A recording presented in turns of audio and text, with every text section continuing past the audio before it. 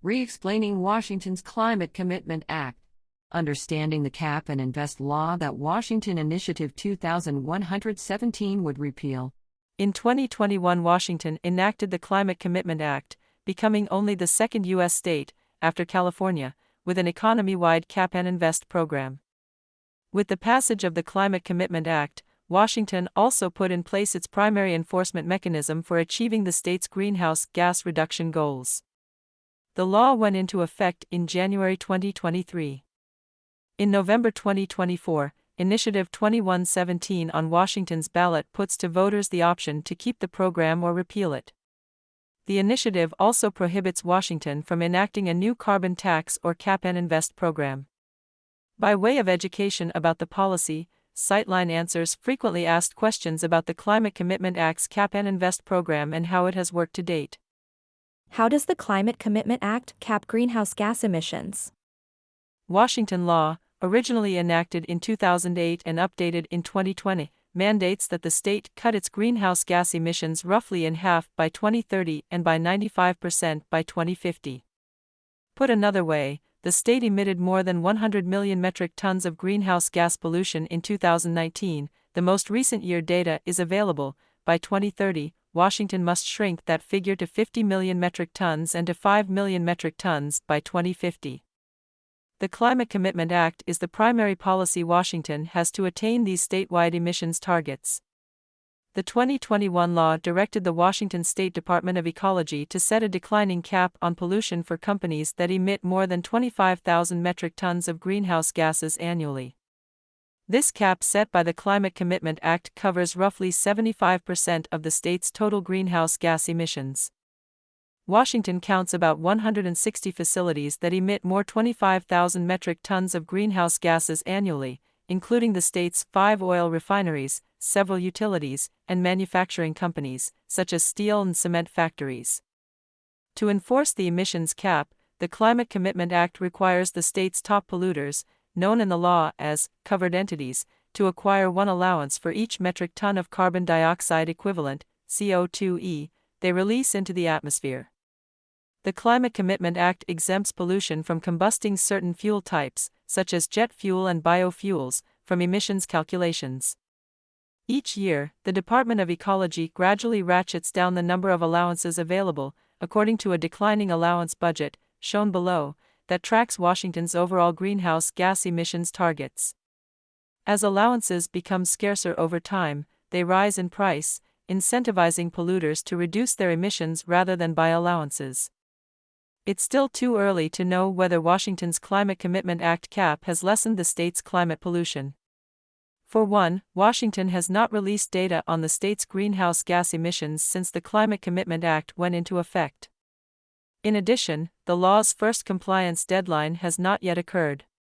On November 1, 2024, covered entities will have to submit their first set of compliance instruments, i.e., allowances or offsets, more on offsets below, equal to 30% of their prior year's emissions.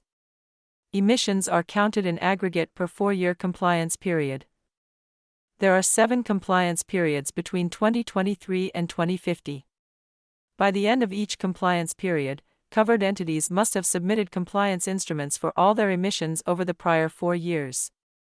That means the emissions impact of the Climate Commitment Act will not become clear until at least 2026.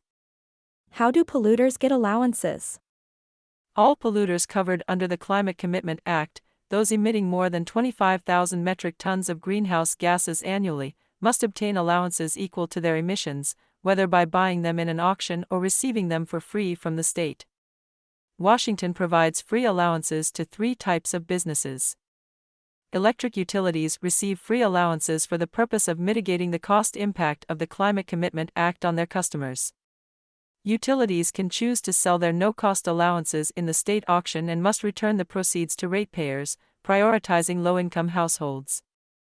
No-cost allowances to electric utilities phase out as they shift their power generation to 100% carbon-free sources, as required by Washington's Clean Energy Transformation Act. Natural gas utilities also receive free allowances to mitigate cost impacts on their customers. Gas companies receive fewer allowances each year, in line with the declining emissions cap. Of these free allowances, 65%, to start and ramping up eventually to 100%, must be sold at auction. The utility must use the proceeds of the auction to benefit customers.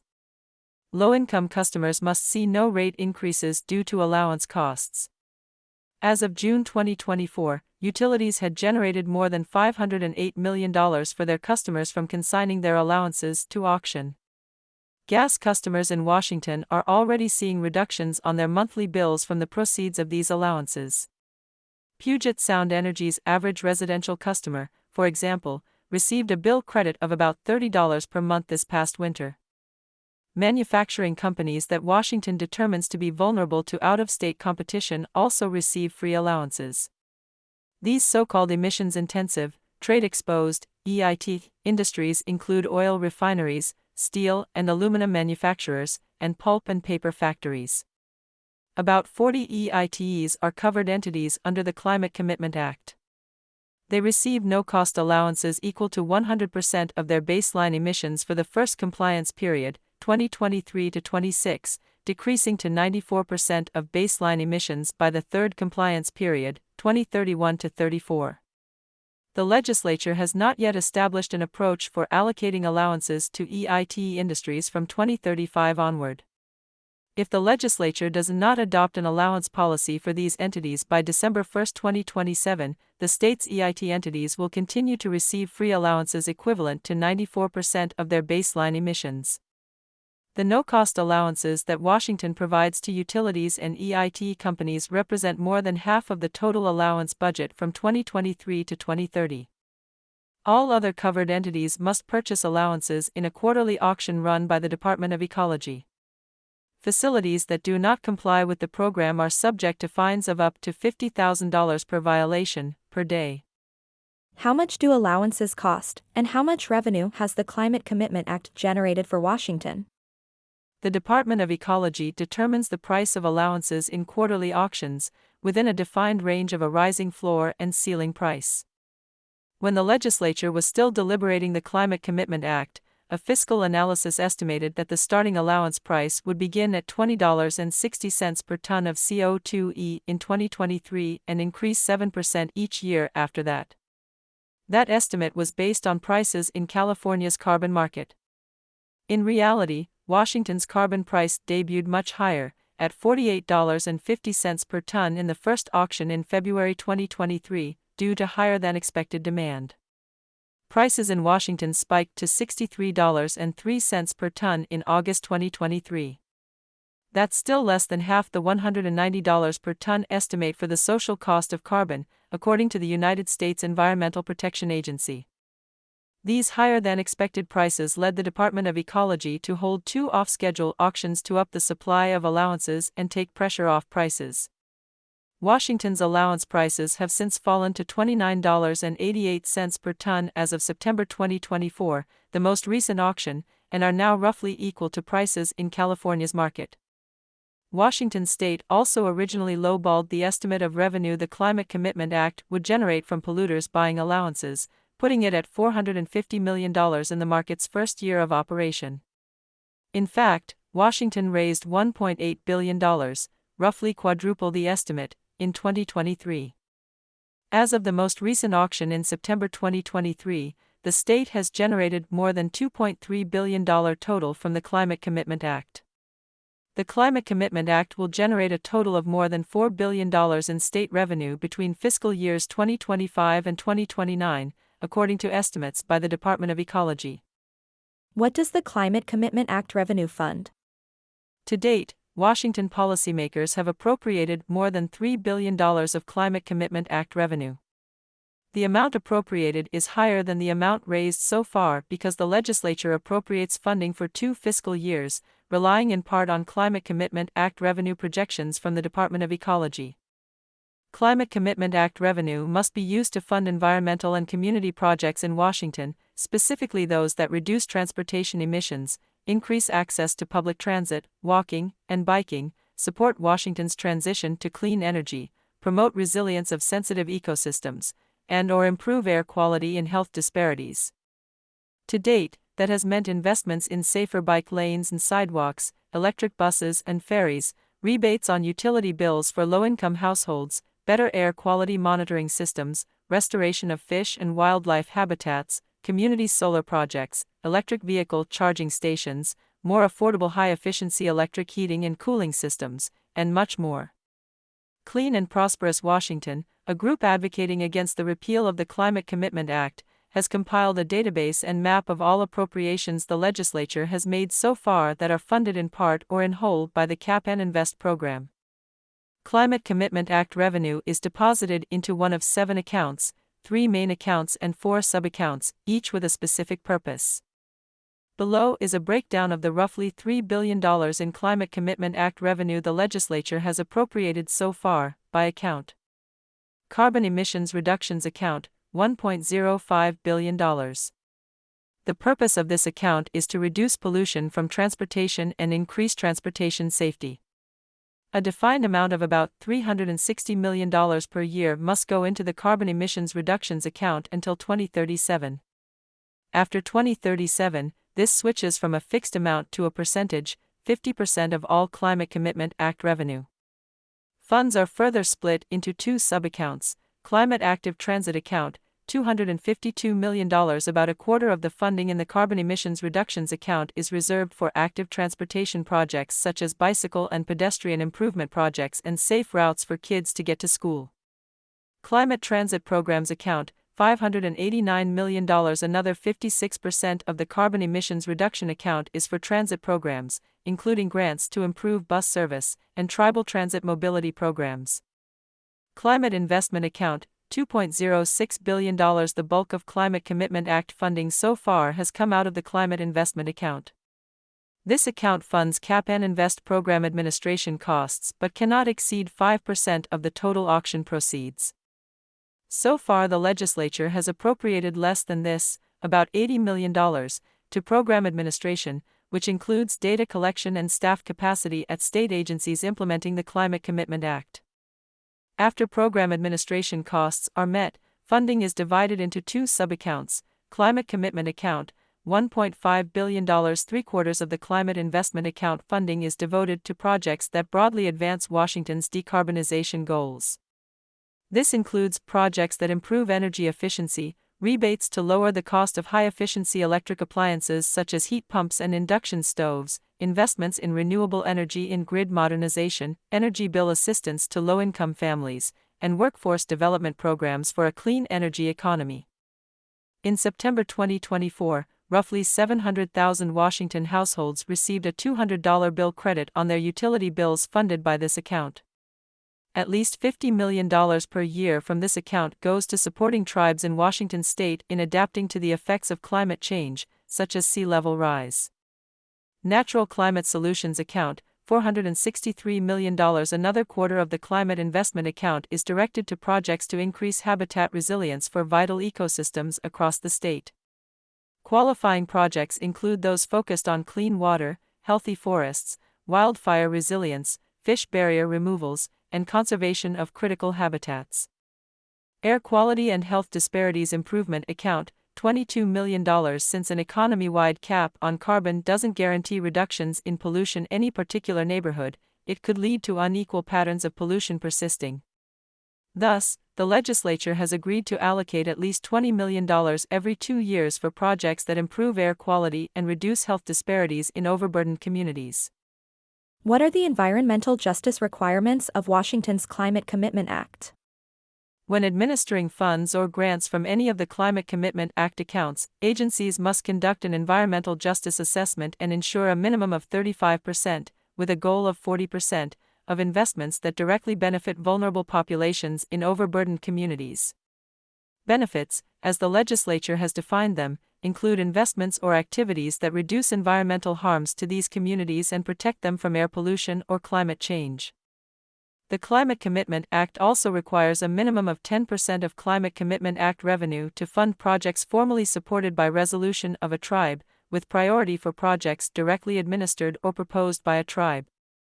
An estimated 43% of Climate Commitment Act investments that the legislature made in the 2023-25 budgets were directed to overburdened communities, according to an October 2023 analysis by the Washington State Office of Financial Management, OFM.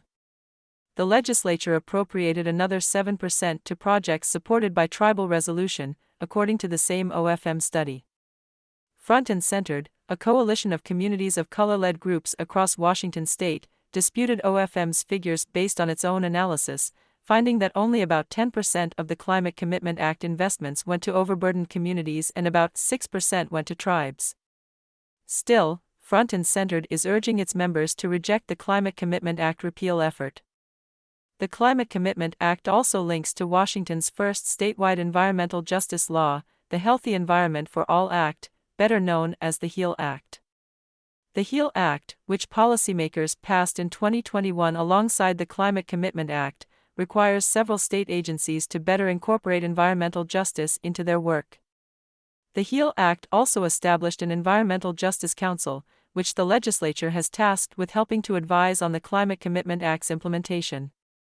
Finally, the Climate Commitment Act requires the Department of Ecology to improve air quality in overburdened communities by deploying a new air quality monitoring network and establishing air quality targets. The Department of Ecology must set these targets based on whichever is more stringent, national ambient air quality standards or air quality in nearby communities that are not overburdened.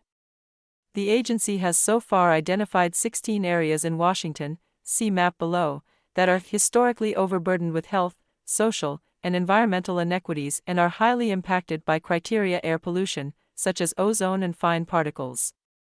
In August 2024, the agency opened applications for $10 million worth of grants for projects in these communities or for projects led by tribes to improve air quality. The grants are funded by the Climate Commitment Act. The department is still determining whether it needs to adopt additional regulations to protect air quality in these communities. Does the Climate Commitment Act allow carbon offsets? Carbon offsets are credits for reducing emissions from an external source, often an agricultural or forestry project, that businesses can purchase to purportedly cancel out, i.e., offset, their own emissions.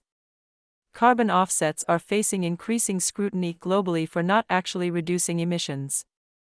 The Climate Commitment Act allows covered entities to use carbon offsets but with several important restrictions. Offsets in the Climate Commitment Act must be under the cap. Unlike in California's carbon market, companies cannot use offsets to pollute more than what is allowed under the state's established emissions cap. Offer direct environmental benefits to Washington state. All offset projects must reduce or avoid greenhouse gas emissions in the state. The Climate Commitment Act allows out-of-state projects if they lead to emissions reductions in Washington. Not exceed 5% of an entity's emissions. Polluters can cover up to 5% of their carbon pollution with offset projects in the first compliance period, 2023 to 26. That figure drops to 4% in the years between 2027 and 2050. Follow robust monitoring requirements. Offsets must represent emissions reductions that are real, quantifiable, permanent, verifiable, enforceable, and additional to pollution that would be reduced anyway. A verified third party must approve all offsets that companies use to comply with the Climate Commitment Act. Lastly, the Department of Ecology can prohibit the use of offsets by specific entities if they are found to contribute to air pollution in overburdened communities. It's not yet clear to what extent covered entities will use offsets to comply with the Climate Commitment Act, since the first compliance deadline, November 2024, is approaching. Will Washington link with California and Quebec? Lawmakers wrote the Climate Commitment Act with the intention of being able to hook into the Western Climate Initiative, WCI, California and Quebec's linked Cap and Invest system. Linkage would mean joint allowance auctions across the jurisdictions, a shared allowance price, and an ability for polluters to cover their emissions with allowances purchased in either jurisdiction. WCI's allowance budget is 6 times larger than Washington's. Washington policymakers directed the Department of Ecology to explore the possibility of linkage with WCI and established 3 criteria that must be met for the markets to connect. Any linked jurisdiction must ensure that benefits of the program reach overburdened communities. Linkage cannot adversely impact either jurisdiction's vulnerable populations, and linkage cannot hinder Washington state's ability to meet its emissions limits. One of the driving concerns behind the third criteria was whether the $300 million in used allowances in California and Quebec would flood Washington's market, deflating prices and making it more attractive for Washington businesses to simply purchase allowances rather than reduce pollution. In October 2023, the Department of Ecology published a report exploring these issues. It argued that linkage would likely improve the Climate Commitment Act's durability, longevity, and efficacy, due to presumed lower and more stable prices that would come from a larger market.